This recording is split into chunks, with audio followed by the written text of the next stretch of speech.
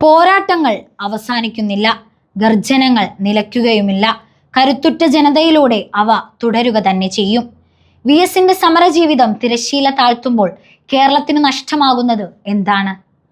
അദ്ദേഹം കേവലമായ ഒരു കമ്മ്യൂണിസ്റ്റ് നേതാവ് മാത്രമായിരുന്നോ?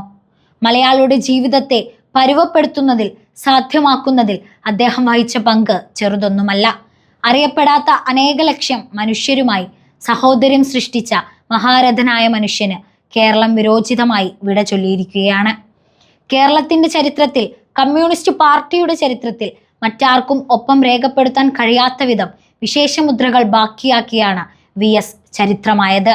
15-ാം വയസ്സിൽ ജനങ്ങൾക്കിടയിലേക്ക് ഇറങ്ങി നിന്ന VS പിന്നീട് ഒരിക്കലും അവരിൽ നിന്ന് തിരികെ കയറിയില്ല. വീണുപോകും വരെ വിശ്രമിച്ചതുമില്ല. CPM-നകത്ത് വിഭാഗീയതയുടെ തീപ്പാറിയ കാലത്ത് MVR-ഓ ഗൗരിയമ്മയോ ആയി എടുത്തറിയപ്പെട്ടിട്ടില്ല. കമ്മ്യൂണിസ്റ്റ് പാർട്ടിക്ക് പറിച്ചെറിയാൻ കഴിയാത്ത വിധം ജനബന്ധിതമായ കരുത്തായി VS വേരാഴ്ത്തിയിരുന്നു. അഴിമതി വിരുദ്ധതയും സ്ത്രീപീഡകർക്ക് എതിരായ പോരാട്ടവും പ്രഖ്യാപിച്ച് VS മുറ്റത്തേക്ക് ഇറങ്ങി നിന്നപ്പോൾ അവിശ്വാസത്തിന്റെ കണിക പോലുമില്ലാതെ ഒപ്പം അണിചേർന്നത് കേരളം മൊത്തമായിരുന്നു.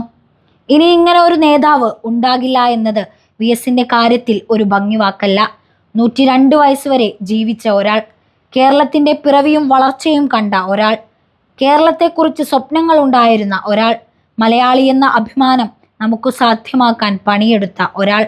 എല്ലാ അർത്ഥത്തിലും സ്വാർത്ഥകമായിരുന്നു VSന്റെ സമരജീവിതം. VS സംസാരിച്ചതത്രയും ജനങ്ങളുടെ ഭാഷയായിരുന്നു. ഏറ്റെടുത്തതാകെയും അവരുടെ സമരങ്ങളായിരുന്നു. ആ പോരാട്ടത്തിന്റെ തുടർച്ച ഉറപ്പാക്കുമെന്നാണ് വലിയ ചുടുകാട്ടിലെ അഗ്നിയെ സാക്ഷിയാക്കി പിണറായി വിജയൻ സഖാക്കളോട് ആണിയിടുന്നത്. അങ്ങനെയെങ്കിൽ ആ പാർട്ടിയെ കാത്തിരിക്കുന്നത് പുതിയ പുതിയ പുലരികൾ തന്നെയായിരിക്കും.